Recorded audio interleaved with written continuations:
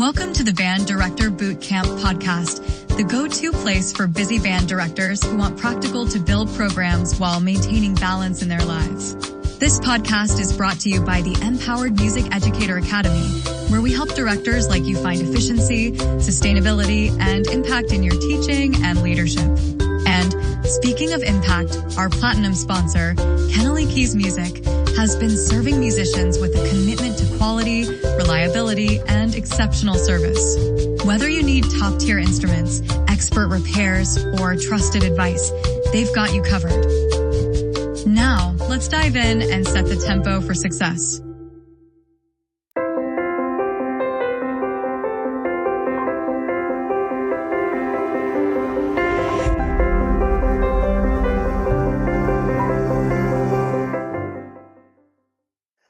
Welcome to another episode of Band Director Bootcamp, the podcast with productivity and wellness tips for busy band directors. I'm your host, Lesley Moffit, and I'm really grateful to be sharing this platform with you. We know you don't have time for long webinars, so we provide 20-minute tidbits with takeaways you can use to support career longevity and a happier you. And today we're going to talk about something that I talk about a lot in my books and when I do retreats and do coaching with people, and that is about our physical health and about taking care of ourselves and our bodies. I was the expert at not doing that for many, many decades, and it sucked. I was really struggling. And so today I've brought a guest on that's going to talk about strategies for the busy people who just, how do you find time to exercise? And when you do find time, how do you do it in a way that's effective and a way that you'll continue it? And he's going to solve all your problems. So I bet you all are happy he's here today. His name is Jonathan Simos, and he's a seasoned fitness expert, and he specializes in helping individuals integrate effective workouts into their hectic schedules. So he's not a band director, but he works with people who are busy, and he understands why it's important to be productive in your workouts and to do all the things that you need to do so that you can make it sustainable, because it won't help you if you can't do it. So Jonathan and I are going to explore today some practical strategies to incorporate fitness into your busy lifestyle, how to focus on efficient workouts, and why and how this will enhance your overall well-being. I taught middle school all day. Words are hard today. So, Jonathan, thanks a million for being here today. Thank you, Leslie. I appreciate that. It's nice to be here. Yeah. Well, so tell us a little bit about your background, because why you do what you do, what led you to this, so that we can get to know you a little bit. Absolutely. I have always been active, but I began working out officially when I was about 14, 15. But at that time, I couldn't afford a personal trainer. So I learned through trial and error. I would just go to my local YMCA and try different exercises. And then I'd go home and Google, research as much as I could at that time. And at that time, the internet, wasn't that old. So there weren't a lot of resources. So I had a little pamphlet of information I'd print out, but it was so limited. So I would learn through trial and error. And over time, I experienced good progress, but at the same time, I started beginning to experience imbalances and injuries. So I ultimately learned there was a right way and a wrong way to exercise. So I got iliotibial band syndrome, upper cross syndrome, all the typical syndromes. They're common distortion patterns since this is very common. So I began to pursue credentials in the industry to fix myself because I couldn't afford a physical therapist. So I began to get the credentials. I got my certified personal trainer certification, and then all these different specializations over the course of 3-4 years, and fixed myself. And then on top of that, I began to perform at a peak level. And so each plateau I would hit, I would just keep pushing and refining things and break through to the next plateau. And so ultimately, to answer your question, I found my passion through my struggle. I found my passion for empowering others with fitness education and how to make an easier transition into a healthier lifestyle. So even though Jonathan is not a band director, he totally is just explained the process of music teaching too, the importance of getting those fundamentals just right, because if you don't, you're going to cause damage as a musician. You'll bruise your lips, or if you're not pushing too hard, you'll do all kinds of damage if you're not holding them correctly, causing arthritis and the like. And that same thing goes into the gym and working out kind of thing.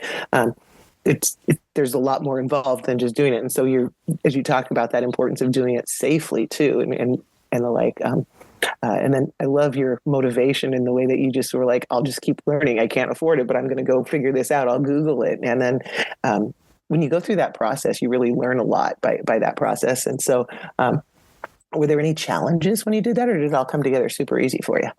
No, definitely many challenges. Learning the information, applying it, and of course, getting some feedback from different friends who are, professionals on the rehab side.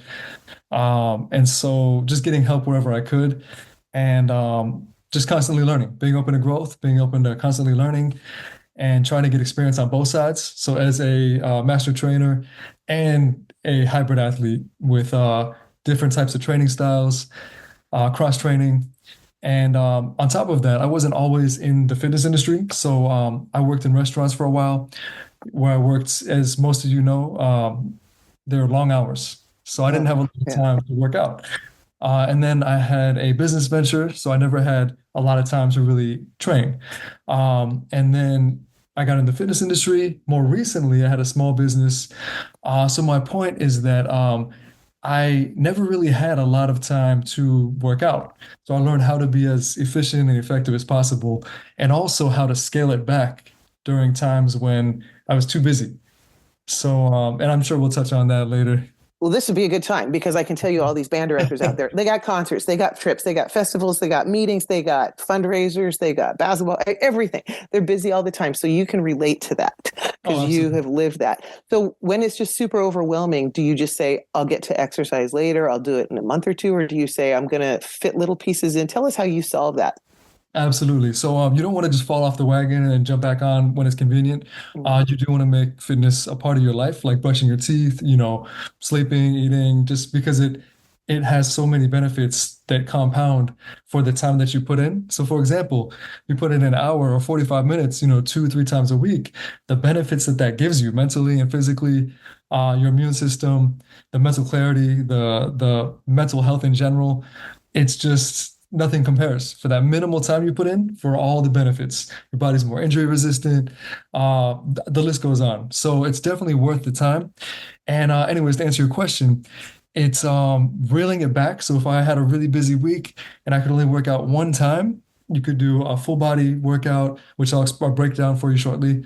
Or if you can only get out and walk, or do some form of activity, anything helps because it's stimulation to maintain. So instead of falling off the bandwagon, you just scale it back to what you can do. So if I'm so busy and I'm getting up at 5 a.m., going to bed at 11 p.m., have no time to squeeze in a 30-minute, 45-minute workout all week, then I can simply do what I can. Anything helps as long as it takes. If I'm so busy for a month, you just fit in what you can. A walk today. Maybe you can fit in some body weight exercises for 15 minutes tomorrow.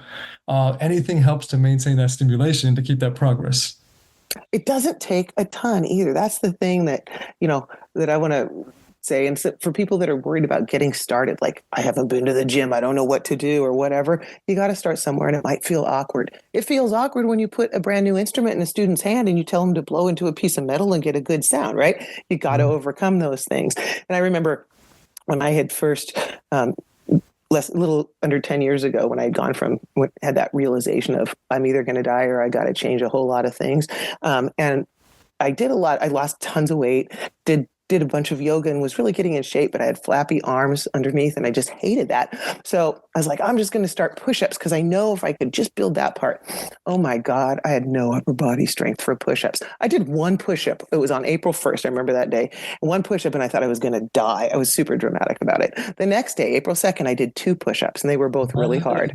On day 3, I did 3 push-ups. And the first one was a little easier, right? Well, day after day, I was adding them. And so by the time I got to April 15th, I did 15 push-ups. But on the 16th, I'm like, oh, there's no way in hell I can do 16. I will. That was it. So on the April 16th, I did one set of 15 push-ups.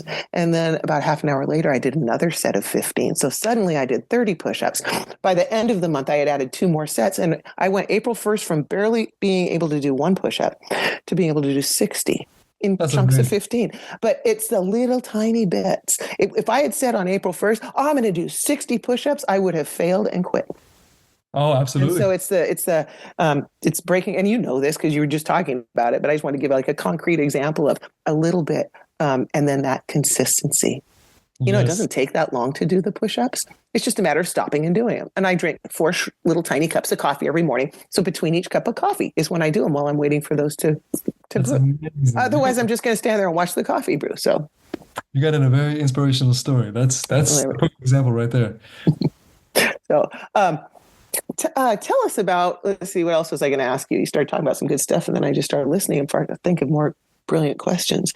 Oh, Oh, so we talked a little bit about why. I got to say, even though you're the guest and I should be interviewing you, I felt like shit before I exercised on a regular basis. I was like, my legs kicked all the time. I was on medication for restless leg syndrome. Guess what? When I started moving my legs enough, they stopped having those like freak out wow. moments. I mean, That's I was, amazing. yeah, my story was, being on 14 different prescription pills a day for pain, for inflammation, for all these horrible things.